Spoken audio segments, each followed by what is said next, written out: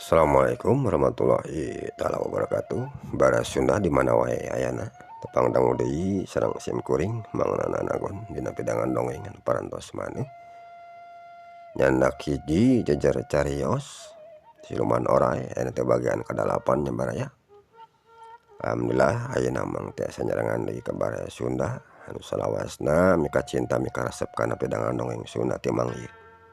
Hancagarapan anu katuna waktos dinten mangkukna tos dugikeun ka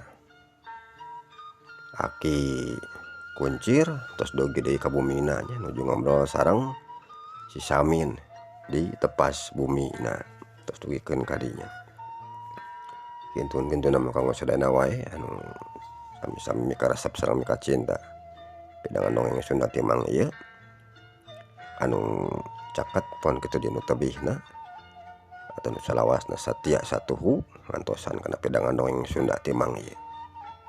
Sumangga baraya sapados teh nyangkolong teuing kana waktos jejer carios siluman oray bagian anu kadalapan ku Mang Sajadi teraskeun deui. Wilujeng ngadangukeun.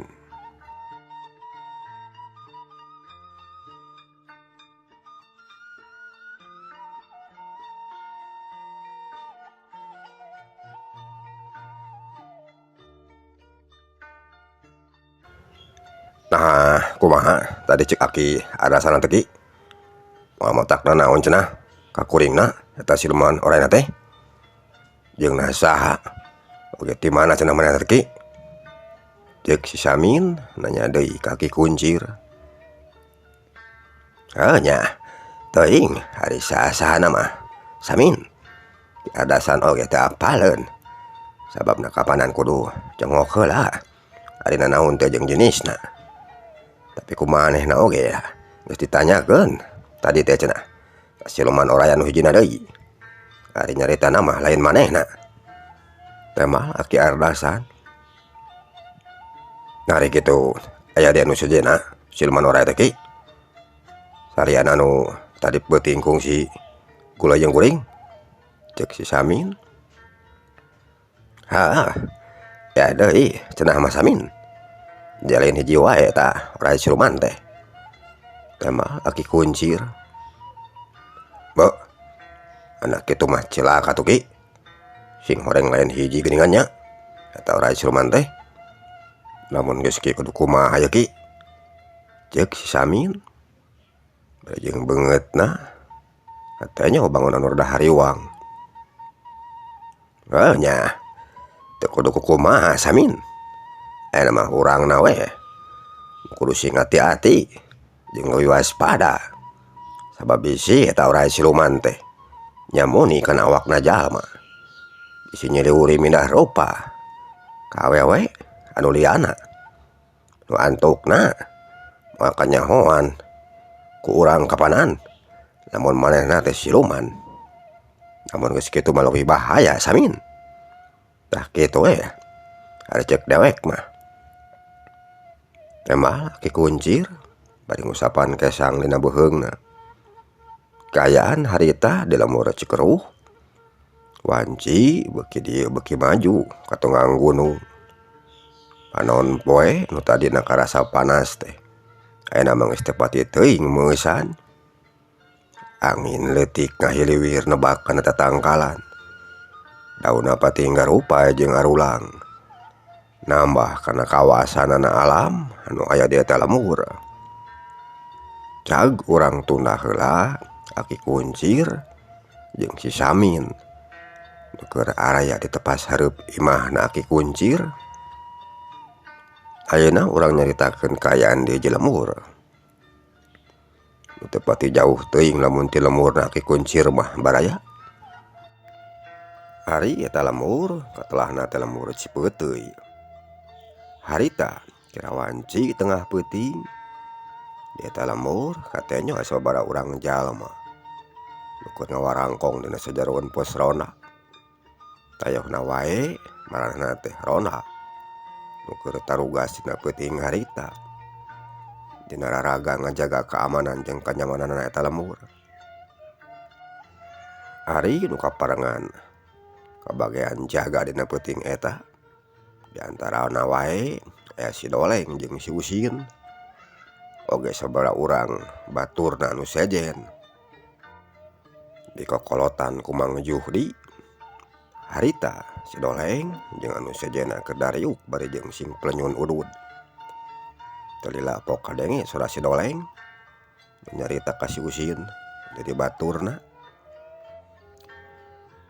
"Sin, kumaha lamun ayeuna urang neang sampo yuk? Me aya gayemeun geura keur di dieuna. Marah teh aseuem teuing we atuh ieu sungut teh," ceuk si Doleng bari ngareat ka si Usin. "Neangan sampona ka mana si Leng teh Doleng?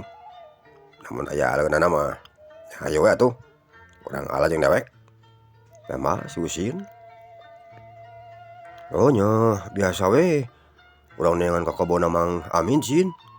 Kapanari manehna mah sok ngelak sampo jeung anu liana. Sugan we atuh, hiji-hijieun wae mah aya nu bisa diala atau dirabut ku urang," tema si Doleng. "Nya hayu atuh Doleng, sugan aya aleunana we," tema si Usin bari cengkat. "Heuh, hayu tuh Sin. Urang ini teh mah mumpung can kaburu peuting teuing nya," ceuk si Doleng bari cengkat maen oge. Tuluy kaluar tina jero pos ronda dituturkeun ku si Usin. Sanggeus araya di luar pok si Doleng kadenge nyarita heula ka Mang Juhdi salaku pamimpin eta ronda. "Mang, kuring jeung si Usin rek neangan heula dahareun nya, sakudeung mah ka kebon. Taragoan we heula di dieu, da moal lila," ceuk si Doleng bari nenyok ka Mang Juhdi nu diuk di juru bari diharudum ku sarung. "Nya sok we Doleng, bisa rek nyiar heula dahareun mah. Garah ngeunah geura kana beuteungna oge. Mete teh teuing lah. Kana geus bebaja heula ka Mang Amidna si laingna Doleng," tema Mang Juhdi bari mencrong ka si Doleng. "Los, asa tadi beurang panggil jeung kuring. Oh nyampe we cenah. Ai keur nu ngararonda mah. Tah kitu Mang," tema si Doleng. "Nya ngajeun ari geus ngomong heula mah anu bogana. Juh we bisi ayeuna rek nyaliar heula mah," ceuk Mang Juhdi. Geus kitu mah si Doleng jeung si Usin tuluy laleumpang muru ka kebonna Mang Amin. Laleumpang di jero lemur dipirig ku hiliwirna angin peuting nu geus mimiti karasa tiris. Dikendangan ku suara jangkrik anu ngikrik di sapaparatna jalan. Sanggeus meunang sabaraha lila anu duana leumpang di jero lemurna tuluy maranehna marancat kana galengan anu aya di saluhureun jalan. Sanggeus araya dina galengan duana leumpang deui. Mapai-mapai galengan muru ka kebonna Mang Amin. Ari dikenca jeung katuhunna galengan nu keur dilelewatan ku maranehna diparelakan ku kacang panjang jeung buncis nu kacangan ku cahaya wulan. Si Doleng jeung si Usin laleumpang murungetan. Teu lila ti harita gog anu dohan aranyo ka kebonna Mang Amin. Didinya katenyo loba tangkal sampe jeung jagong nu geus mareujeuna bisa kaala. Reg anu duaan ngaraneg tuluy ngelikan kana tangkal sampe jeung jagong anu araya di eta kebon. "Tah aya geuningan sampo jeung jagongna Sin. Sugan we atuh geus kerede sampona nya Sin. Tadingan ku sakali dua kali ngarabut oge cukup beureunan," ceuk si Doleng. Doleng, ayo urang rabut enak euy. Sanu nyaos arayaan sampun ayo, tema si Usin. "Oh ayo tuh," ceuk si Doleng bari lumpang nyampurkeun kana kebon sampe. Geus kitu tangkal sampe nu duaan dirarabutan hiji-hiji. Sanggeus tetela arayaan jeung rada gerde sampena. Menang 3 kali ngarabut oge geus lumayan loba sampe teh. Tuluy kudu duaan dipites-piteskeun tina tangkalna Rengse mites-miteskeun sampe pok si Doleng kadenge deui nyarita ka si Usin. Ayo Asin, urang ka posona deui we ayeuna mah. Cukup sakieu oge meureun nya, ceuk si Doleng. Enggak si Doleng, sakieu oge loba we. Sabab lumayan keur ade geuningan sapo teh. Teh mah si Usin. Terus sing naleos jadinya. Jeung ngacaring jeung sampe kitu teh.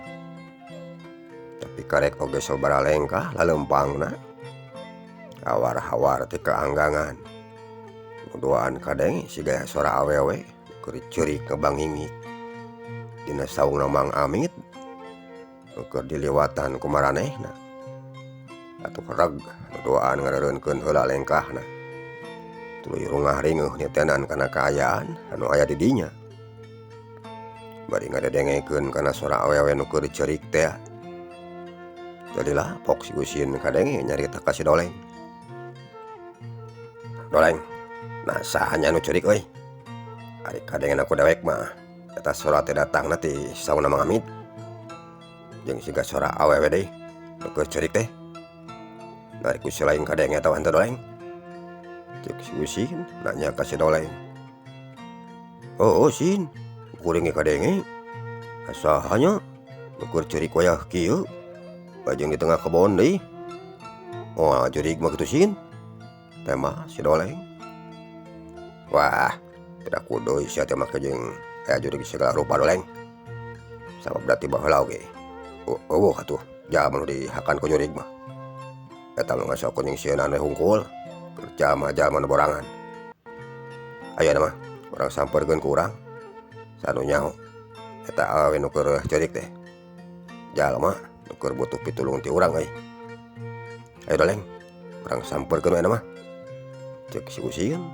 Bari nunda heula sampeuna kitu teh dina saluhureun galengan. Wah, kuring mah sieun Asin. Juga ilaing. Sok sieun teh pas ku urang disampeurkeun, puukna ngering kiwi, etahna ngelel. Panonna hiji bari jeung ngucurkeun getih. Ih, teu wani kuring mah. Juga ilaing, tapi ka ditu. Kuring mah rek di dieu Sin. Teh mah si Doleng. Dasar borangan si lain mah. Jadi jelema teh Doleng. Udah untot sia mah. Dagoan atuh di dinya. Udah wek rek ditanya heula. Ceuk si Usin bari ngalengkahkeun sukuna. Nyampeurkeun ka saungna Mang Amit. Ari si Doleng manehna mangan sakur ngacantang mah di dinya. Teu milu nuturkeun ka si Usin. Da puguh sieun. Kocapkeun ayeuna si Usin maraya. Marita keur leumpang nyampeurkeun ka saungna Mang Amit. Anu kahieuman ku tangkal jagong nu geus carangkung. Beuki lila si Usin beuki deukeut wae ka saungna Mang Amit. Malah mah beuki atra kadengena. Sora awewe nu keur ceurik dina saungna teh. Teu lila gog si Usin anyog ka saung.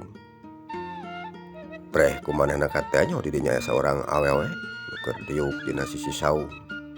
Bari nyeleukeumkeun beungeutna kana lahunanana. Bari ceurik ngabangingik bangun anu kanyanyerian. Si Usin tuluy ngadeuketan ka eta awewe.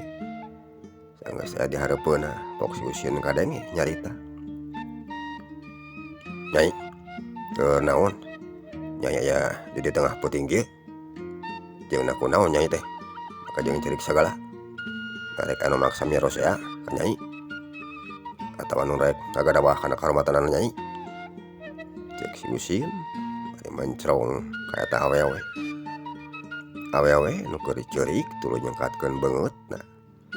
Geus kitu mencrong ka si Usin. Breh ku si Usin katanya lamun beungeutna eta awewe teh geulis. Kacangan ku cahaya ulan nu keur parang nemongan. Matak pika uruyeun jeung pika yung-yuneun nenyona.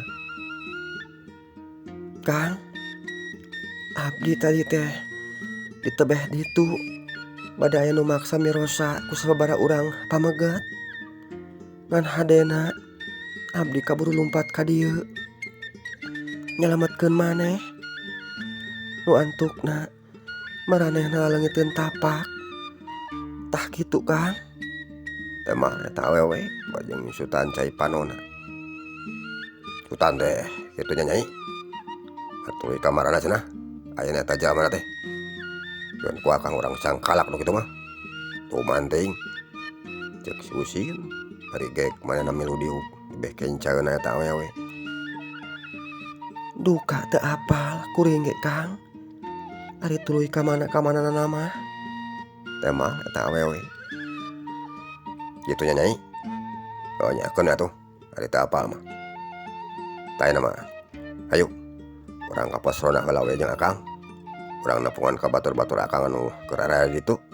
Cek si Usin. Moal Kang. Kuring mah rek di dieu wae. Penungguan beurang. Tema eta awewe. Mending ge di ditu Nyai. Sabab meh aman kapanaan ka Nyaina oge. Nyai. Cek si Usin bari nyepengan kana leungeun kencana eta awewe. Itu nama rek dibawa ini tidinya. Moal Kang. Kuring mah rek di dieu. Da di dieu oge aman. Kajaba lamun akang rek maturan mah ka kuring di dieu. Nya teu naon. Atoh anu aya keur kuringna oge Kang. Tema eta awewe. Sing horeng eta awewe teh kanti lemanik baraya. Silman orai teh nu keur neangan deui mangsana. Ari si Usin manehna mah teu boga rasa curigana naon. Disangka ku manehna mah jalma biasa we. Kitu nya Nyai. Oh nya teu naon atuh ari kitu mah. Ku akang ayeuna nyai rek dibaturan di dieu nya. Sababna da karunya tuh. Piraku arek ditinggalkeun sorangan mah. Bisa naon deui ka nyaina. Kandaguan sakedeung mah. Akang rek nyarita heula ka batur akangnya. Sabab ka dieu oge akang tiruan. Tema si Usin bari ngalepaskeun heula cepengan leungeunna. Geus kitu leumpang nyamperkeun ka si Doleng nu keur ngajanteng dina galengan. Sanggeus nepi ka hareupeunna si Doleng. Pok si Usin kadenge nyarita. Doleng, ayeuna mah si Laing jug we ka pos Cila we. Dewek marek di dieu heula. Rek maturan eta awewe. Sabab karunya ari rek ditinggalkeun mah. Bisa aya naon ka manehna. Pang-pangna mah bisa aya lalaki rek ngadoan ngajarahat kana dirina. Tah kitu Doleng. Cek si Usin. Kutan aya awewe di saung teh Sin. Atuh geus we urang bawa ka pos ronda. Tema si Doleng. Geus tadi oge. Udah wek teh diajak ka pos ronda. An manehna keukeuh wae mun hayang di dieu cenah. Taena mah juga si Laing anu ti heula ka pos ronda. Ejakeun ka nu sajen. Kuring mah di dieu heula kitu. Keur maturan awe nu butuh ku pitulung ti urang. Cek si Usin. Kade si Yasin bisi riwa euy. Dorong ke si Laing kala ka dirowe ku manehna. Apanan cilaka tuh. Tema si Doleng. Bah, dewek mah teu percaya kanu karitu teh Doleng. Kawasina dongeng we atuh. Make jeung aya riwas sagala. Cek si Usin. Oh nya, rajon eta mah kumaha si Laing. Teu penting mah kuring geus ngelingan ka si Laing. Tina eta mah rek percaya jeung moal. Oh nya kumaha si Laing we. Ada cik kuring mah hadena. Geus we na mah. Urang-urang tinggalkeun eta awewe teh ku urang. Kajaba lamun manehna daek dibawa milu ka pos ronda. Oh nya urang bawa we. Tah kitu Sin. Cek si Doleng. Kapan tadi ge cek dewek kumaha Doleng. Lamun maneh teh keukeuh mungeun. Geus we na mah. Si Laing balik ti heula ka pos. Dewek rek di dieu maturan manehna. Tah kitu we Doleng. Tema si Usin bari ngaleos ti dinya. Nyamperkeun deui ka kanti lemanik. Keur diuk dina siji saung. Ari si Doleng sanggeusna si Usin ngaleos. Manehna teu tuluy init ka pos ronda. Tapi ngadon mubus kana kebon jagong. Sekitu hadeuketan kana saung bari ka keteyepan. Sanggeus ngan kari sababaraha meter deui jarakna kana saung. Gog si doleng cingogo nyumput dina satu kangentang kang jagong. Bari panuna tuluy ngawaskeun ka saung. Nenyokeun kanuduaan nyatana ka si Usin jeung awewe nu keur diuk di sagigireunana si Usin.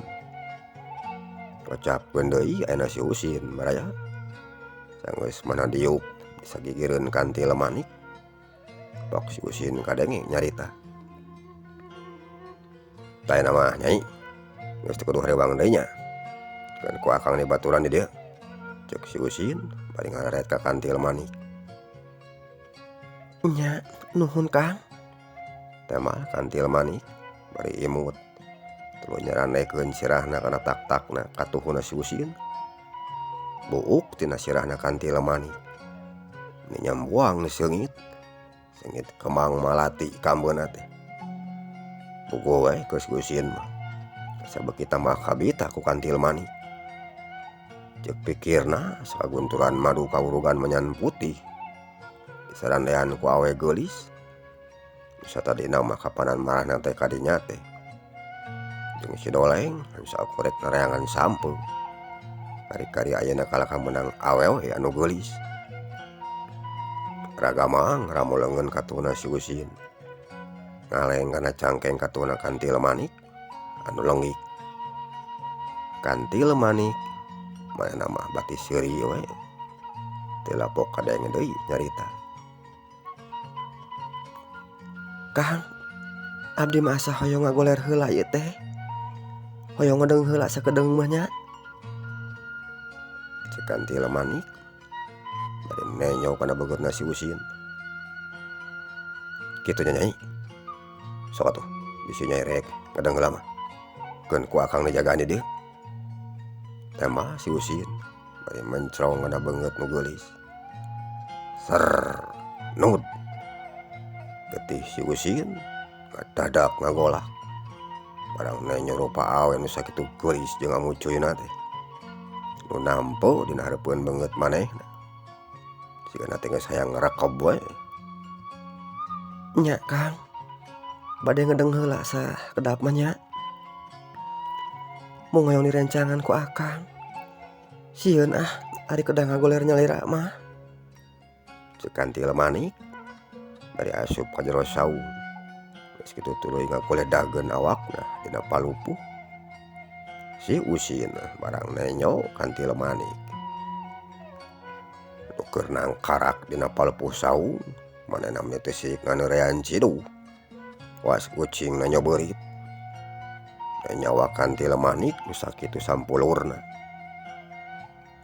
Kang, kadieu atuh rencangan. Abdi keueung nyalira mah. Si kantil manik bari ngakupai ka si Usin. Si Usin nu memang teu tadina keneh geus nafsu. Manehna teh tatalangke deui tuluy mancat kana palupuh saung. Geus kitu milu ngagoler di sagigireunna kantil manik. Ari kantil manik sanggeusna si Usin ngagoler di sagigireun manehna. Pok kantil manik kadenge deui nyarita. Kang, hayu. Cek kantil manik bari nyangikirkeun awakna ka katuhu hing hareup ka si Usin nu keur nangkarak. Ret si Usin ngareret ka kenca bari pok nyarita. Hayu, naon nyai? Tema si Usin. Hayu, urang sosonoan sareng abdi Kang. Tanda abdi nganuhunkeun ka akang. Nu tos keur sanyarengan ka abdi di dieu. Tah kitu Kang. Tema kantil manik. Nah, nyata teh nyai. Nyai teh ngajak Indian Kakang. Cek si Usin bari jeung rada haros-hos ngomongna teh. Nah nafsu nu geus ngakedur teh tadi keneh. Naon ari Indiaan teh Kang? Tanya kantil manik. Nya eta nyai. Sosonoan cek bahasa urang mah. Tema si Usin. Oh, sosonoan Indiaan teh. Nya hayu Kang. Urang sosonoan sareng abdi. Mempengungi keneh. Tos maju ka siang mah bilih seueur jalmi. Kantil Manik bari nangkep kana awakna si Usin. Atuh si Usin mana geus teu kudu diparentah 2 kali. Tuluy mimiti ngaragamang kana awakna Kantil Manik. Kantil Manik mana geus sarua ngalayanan kana karapna si Usin. Sebab kahayangna kitu ari manehna mah. Antukna 2 pasang makhluk anu beda jenis jeung beda alam teh pakukat dina sajeroan saung. Saung nu keur dipake dogong nu duaan anu raketan kadengena. Si Usin harita mana geus poho we kana teu mah wadi. Geus teu inget kana naon. Nu penting mah nafsu manehna dina peuting harita bisa kalampiaskeun ka Kantil Manik. Kocapkeun ayeuna si Doleng baraya. Nu tita tadi keneh oge keur ngintip dina satukang entang kalajagong. Si Doleng barang mahanenyo menjadi batur nakalkah kulay dina luhureun saung. Napa si Doleng mitos lik nareng hapranyug siga nu capek. Manehna ngarasa kabita nanyo si Usin nu keur kulay dina jero saung teh. Teu lapok kadenge si Doleng nyarita sorangan. Wah, mimpi naon yu si Usin? Yul menang widadari anu sakitu gelisna. Mana teuing pulen sigana. Aing jadi kabita yu nanyo kieu mah. Jadi kalakah aing nu panas cirisna ieu teh. Kun sia, lamun si Usin geus rengseh di Indianana, karek aing nu rek nyampurkeun ka dinya. Piraku we ari ka si Usin mere, ari ka aing henteu. Untung tadi aing teu tuluy ka pos rona. Namun tuluy teh mah ka pos rona, maka bagian pais lauk meureun yu. Dasar ti mana we ari milik mah. Cek si Doleng baraya. Ari tuluy mancrong anu duaan. Nu keur ngalumar nafsu dina jero saung. Ari si Usin nu harita keur macul. Manehna mah geus teu make pakean salemar-lemar acan. Bubul ucun we kawas bolon. Sigana teh geus teu merosea. Na tiris jeung reungit mah don waro menang sabaraha lila ti harita nuduaan katenyo geus sarengse deui ngalampiaskeun nafsuna. Kuledag si Usin kuledageun awakna dina palupuh disagigirkeun Kantil Manik. Ari napasna merek hapranyug siga nu geus balap karung sangoprot sawak-awak. Reup si Usin pepereuman tayahna wae keur ngarasakeun kacape meunang. Teu lila ti harita joloker si Usin sare. Sigana wae geus teu kuat balas nahan kacape. Malah menepi ka poho di baju-baju acan. Ari si Doleng nu tita tadi keur ngintip barang nanyo si Usin keur ngagoler barejeng katanyona teh geus sare. Si Doleng manehna tuluy cengkat tina dongkona. Tadina merek nyampurkeun ka saung rek minta jatah ka Kantil Manik.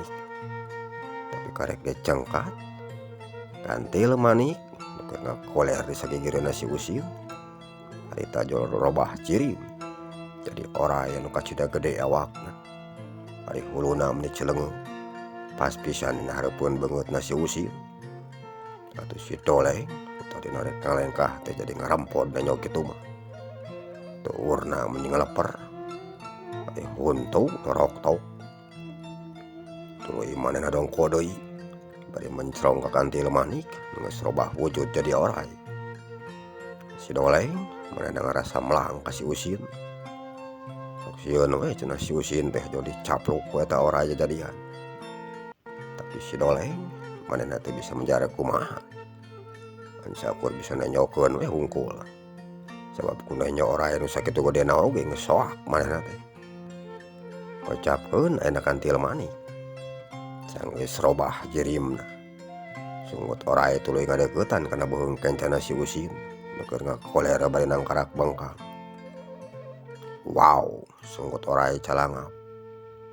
Geus kitu kecrok macok kana beuheungna si Usin. Tuluy dikekel meni paguh ku sungutna eta oray. Bari disedot getihna. Atuh si Usin harita keur ngakoler manehna meni kekejetan. Barang kumanehna karasa lamun kana beuheungna teh aya nu ngegel. bari papadug leungeunna kana huluna eta oray. Tapi oray kalaka beuki paguh ngegelna. Si Usin mana tuluy abrug-abrugan dina luhureun palupu. Sigana wae keur ngarasakeun kanyari meurna. Sabab puhungna teu digegel ku oray bari disedot getihna. Beuki lila si Usin beuki ngurangan tanagana. Nu tadina babadug teh antukna mah ngulahe. Sabab geus peakeun getih. Teu lila ti harita les si Usin paragat nyawana. Mulih ka jati mulang ka asal. Alatan dibinasa ku eta oray. Sanggeus si Usin teu walak kaya deui. Jeung katenya geus eueuh nyawaan. Logodor eta oray teh ngalogodor turun tina luhur saung. Awakna meuntasan kana beuteungna si Usin nu geus ngapapatang hari bangke. Geus aya dina salureun taneuh kulusur. Oray ngaleor teh dinya ninggalkeun saung jeung si Usin anu karilayon. Si Doleng barang maneh nyaho kajadian sarupa kitu. Meni calangap sungutna.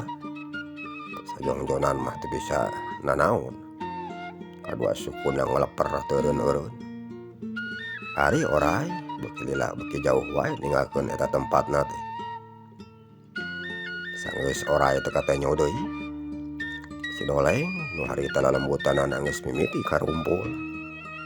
Manehna tuluy cengkak. Geus kitu luak liuk heula ka kenca jeung ka katuhu. Sanggeus dirasa aman, berengbeng si Doleng lompat ti dinya. Meni teu sidikna ti babaranting baraya.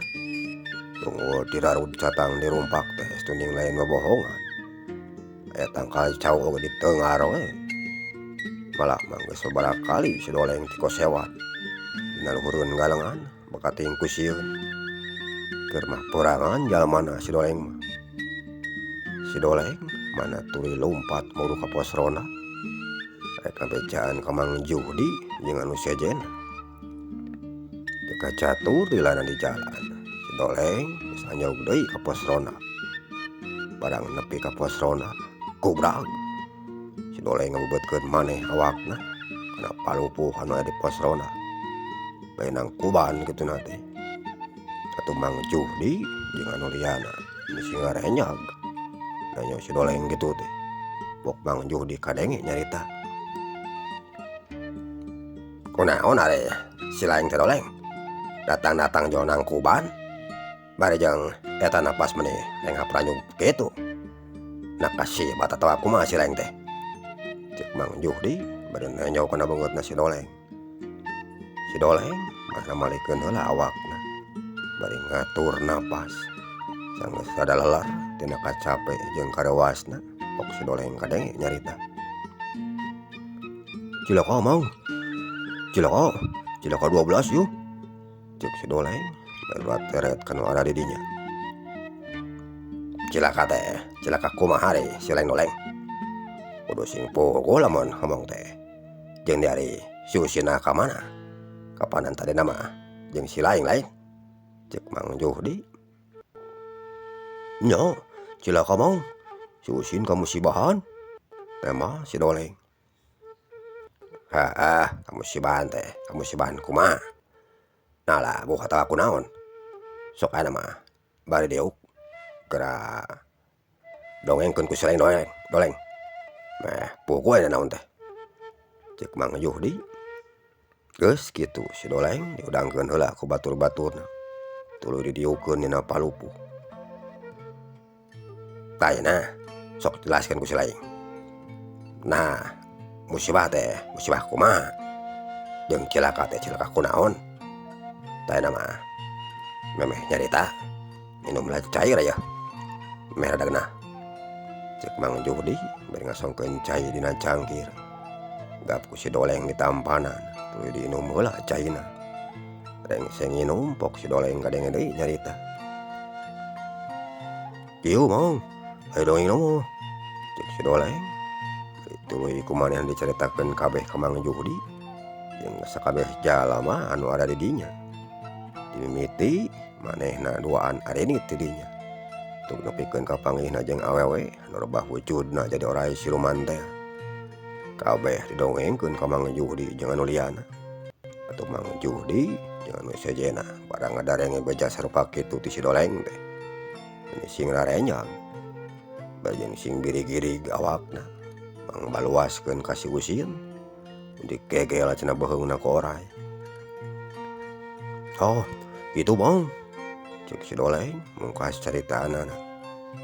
Bah, kutan teh nepi ka kituna. Cilaka atuh lamun geus kieu mah. Tayana, cik pejaan we heula ku si Laing Darso. Para pangurus lembur anu ada di dieu euy. Urang tempok usahana si Usin ka saung gitu. Dangke lamun geus dari karek urang ngalabring ka ditu. Cek Mang Juhdi ngajak nyarita ka si Darso. Nya Mang, kukuring ayeuna rek di barajaan heula pangurus lemburna nya. Teh mah si Darso bari ngaleos cidinya. Ngabejaan heula katua kampung jeung Pak RT. Lempang murung idul. Dipirig ku hilirna angin peuting anu beukit ieu teh beukit tiris wae karasana. Ucapkeun deui ayeuna jalma nu keur aya di pos ronda baraya. Harita maranehna katenyo keur sing haruleng. Keur malikiran kana nasibna si Usin dibinasa ku siluman oray. Teu dilapok kadenge Mang Juhdi nyarita ka si Doleng. Nah, ini Doleng. Nah, kira-kirana benar geus bae si Usin teh atawa kumaha? Tanya Mang Juhdi. Nyari katanya na kukuring mah geus bae Mang. Sabab geus teu empes-empes. Teh mah si Doleng bari mencetan kana tuurna. Bah, mana teh sedih kulawargana atuh nya. Tamun nyaho teh mah kana masalah ieu. Aya wae musibah teh.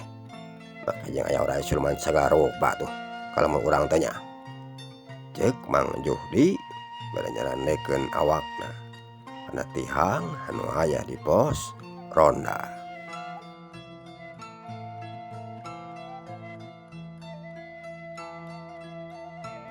Teu lila ti harita brudul kadinya jola sabaraha urang jalma anu daratang. Sing horeng si Darso jeung pangurus lembur. Oge warga kampung anu sejena anu datang kadinya teh. Sanggeus tua kampung jeung anu sejena raya di pos ronda. Wok tua kampung kadenge nyarita ka Mang Juhdi nu keur diuk dina jero pos. Lain, nah aya naon cenah ieu teh Mang Juhdi. Cuk Jang Darso mah bieu. Ujarkeun Jang Usin kamusibahan cenah. Nah nya tadi Mang? Tanya tua kampung.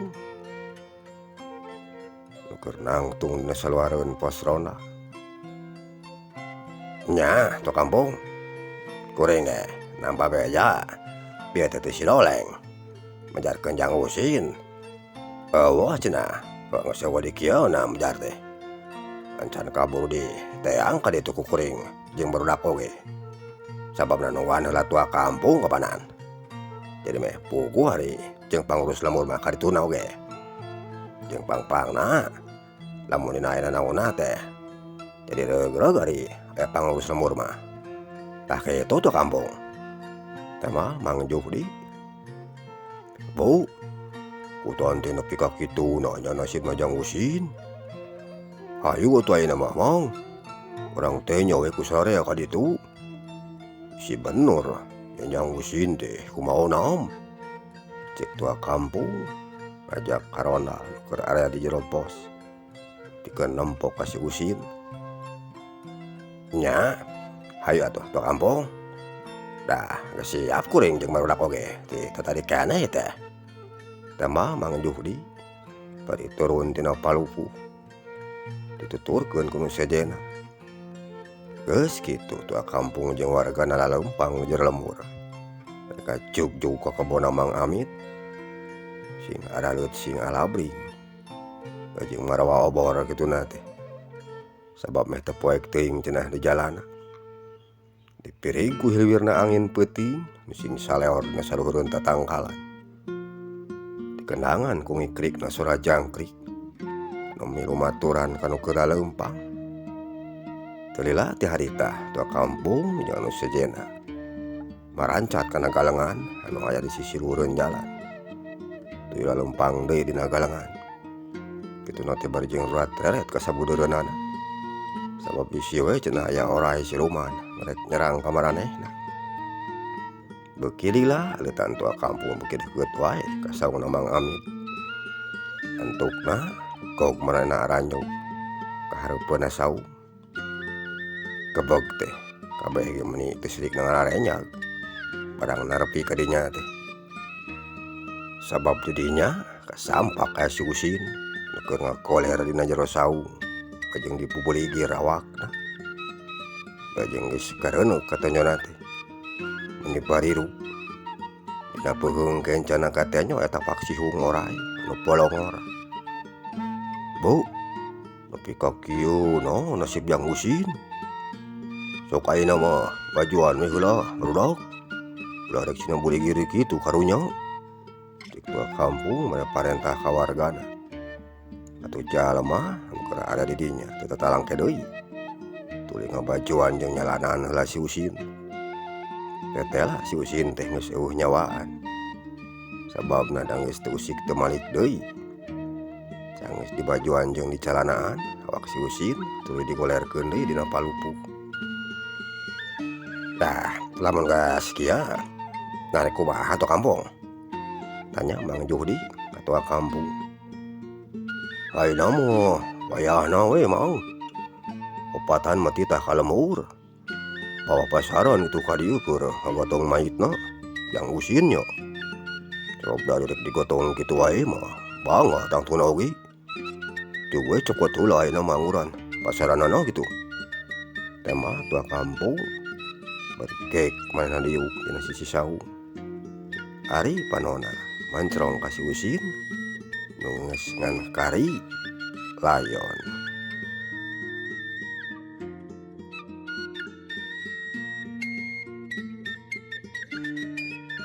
Bara Sunda musaki heula hanca garapan dongeng dina jejer carios siluman oray bagian anu kadalapan. Insyaallah menawi pareng bagian kasalapan aku Mang sejadi teraskeun deui dina waktos anu sami. Mang nyuwunkeun dapunten dina sagala rupi kakirangan. Mang aturkeun nuhun kana sagala rupi perhatosanana. Mang pamit kasadayana wilujeng kantun. Permios.